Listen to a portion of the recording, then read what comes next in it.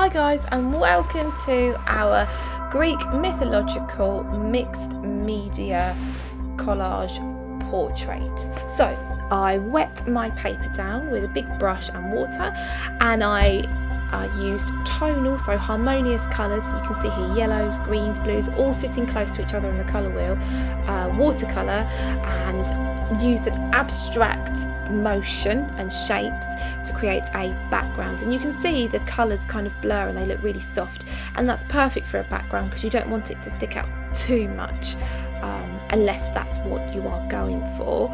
You want it to essentially blend in, and you want to be able to layer on top of it. This artwork is mixed media, so lots of layers. Then I used a thin paintbrush and outlined her face, okay, so I can build up that impression of her, my mythical beast Medusa. Then this brings in my mixed media element. We're going to use collage. So I looked at lots of different textures and colours that I felt would represent her and I could use for the background as well as on her face and hair. So I cut out these stony coloured, nudie, earthy toned pieces of paper and hung them in a way from the top and from the bottom to make them look like the stalactites, difficult to say, and stalagmites of the cave that she essentially lived or dwelled inside. So you're going to really want to set the scene as well as create a really inspiring image of your character as well. Now this is all inspired by the artist Victoria Topping that we've briefly looked at, or we will be briefly looking at, touching upon, and she uses amazingly bright colours, textures and patterns, and I think if we can really embrace that in our work today, your character is going to come alive and you'll get a real mood and feeling from the energy that you've used in your artwork with all those amazing patterns, colours and textures in the images that you found. Okay, so notice how I did her face first and I've kind of layered the background on top so it looks like she's peering out, and then her hair soon will go on top of this, so it adds that depth.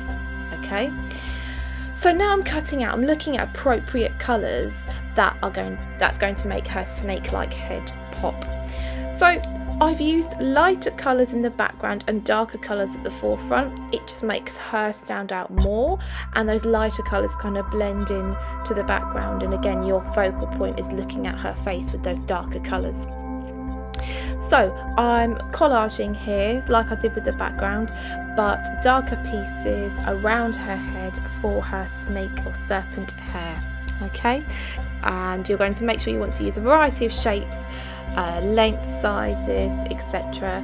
To create a really dynamic image. Next, I will be using oil pastels. So there's almost 3 things, or possibly 4, depending on how you want to finish it, that you can use in this video.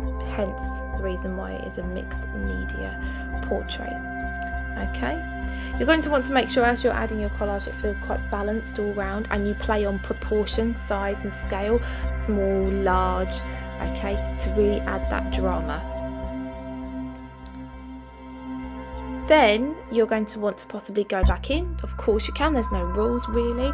You can go back in with your watercolour and add some depth, some tone. So I went round, I kind of made add a little bit more shade around the neck. I started to put some features in, but I was really bold with the shapes that I used.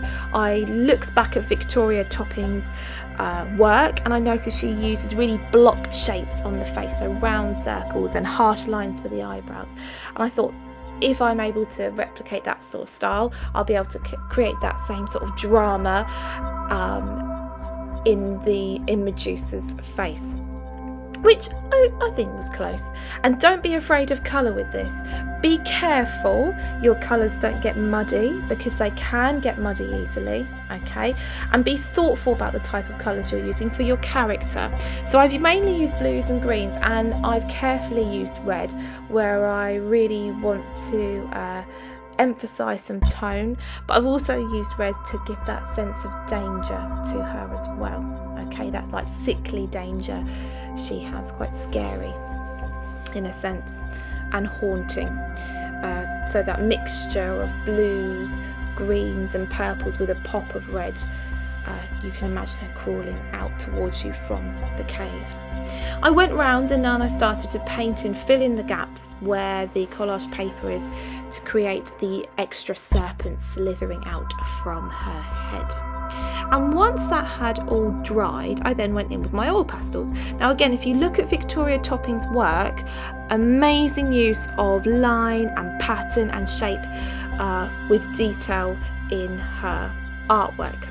Okay,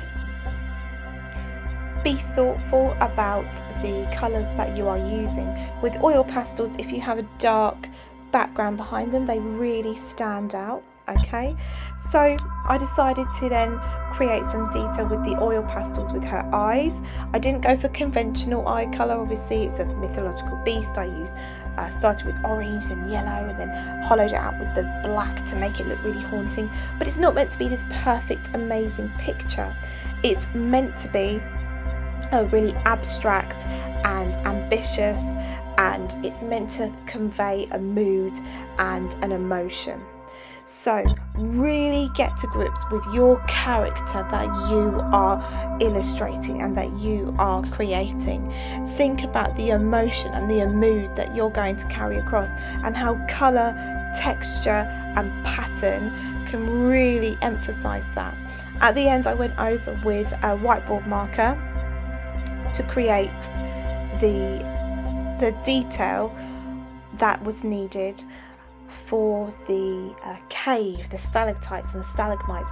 So it layered back over her face and it kind of pushed her back. It made it look like she was peering out. Okay, so that final bit of detail, you can use felt tips, whiteboard markers. Probably felt tips would be more appropriate, but just have lots of fun, be really bold, be really ambitious, and most importantly, really try to convey your character's mood and emotion in this mixed media portrait and setting. Have lots of fun. Bye guys.